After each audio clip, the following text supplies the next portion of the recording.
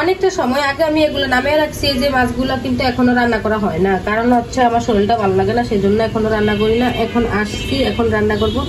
এই যে এখানে দেখেন রুই মাছ আছে, আর এটা কিন্তু অন্য একটা মাছ। এটা কি মাছ সঠিক আমি চিনি না।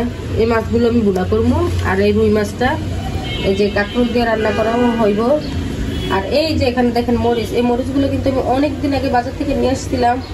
অনেকদিন হয়ে গেছে তো, মানে বেশ অর্ধেকগুলো নষ্ট হয়ে গেছে। এগুলো আমি নষ্টগুলো ফালাই দিব, আর ভালো যে কটা আছে ওই কটা বাচ্চা বাচ্চা নিমু।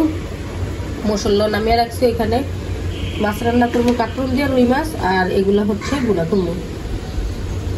এই হইব আজকের তরকারি।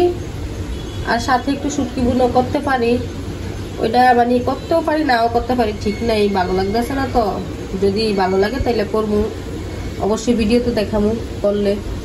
আর হচ্ছে আজকে সকাল থেকে অনেক কাজ করাও হয়েছে, অনেকদিন পর নাস্তা বানাইছি সকালবেলা। এতদিন কিন্তু বানাই না, কারণ শরীরটা ভালো না, সেই জন্য বানাই না। আজকে সকালবেলা নাস্তা বানাইছি। তারপরে হচ্ছে যে এই কাপড় টাপড় অনেকগুলো ধোয়া হয়েছে, এই চাদর বাদর বিছানার ময়লা হয়ে গেছে। আর বাচ্চারা দেখবেন ঘরে থাকলে বেশিরভাগই তাড়াতাড়ি ময়লা হয়ে যায় বিছানাদারি, কারণ বাচ্চারা খাবার টাবার কিছু একটা দিলে দেখবেন একটু খায়, তিনি একটু ফালায় সবকিছু ময়লা করে নেয়। আজকে সবকিছু দোয়াদাই করছি, এখন আসছি রান্না বান্না করবো। এগুলো কাটা কুটা নিবো এখন, তাই ভাবলাম যে একটু ভিডিও করে শেয়ার করি আপনাদের সাথে, সেই জন্য ভিডিওটা করলাম।